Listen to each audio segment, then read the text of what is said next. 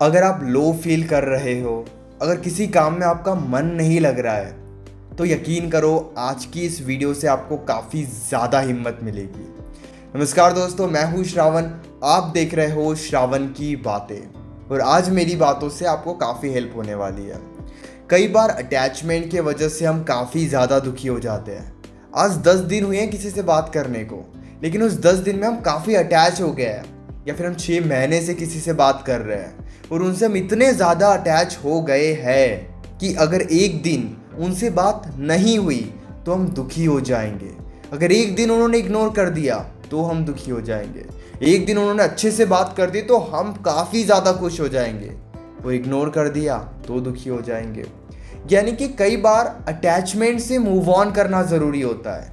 किसी इंसान को छोड़ना या लोगों से दूर होना ही हमेशा सॉल्यूशन नहीं होता है, लेकिन जो आदत हमने बना के रखी है उस आदत को ब्रेक करना ज़रूरी रहता है।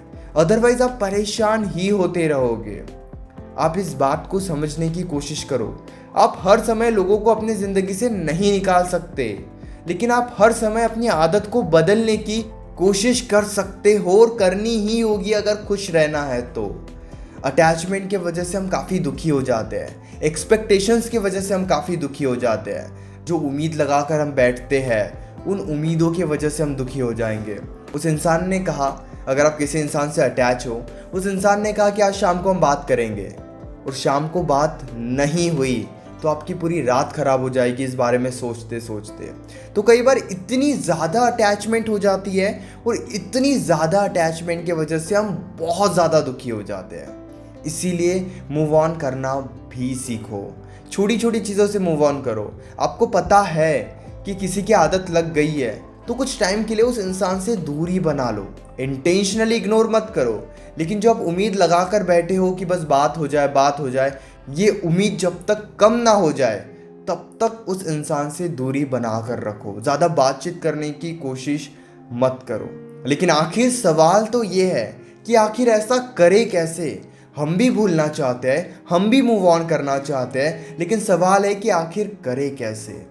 देखो, हमेशा ना एक बात याद रखना, जब आपके लाइफ में किसी और की वजह से डिस्टर्बेंस आए तब अपने पैटर्न को ब्रेक करने से बचो।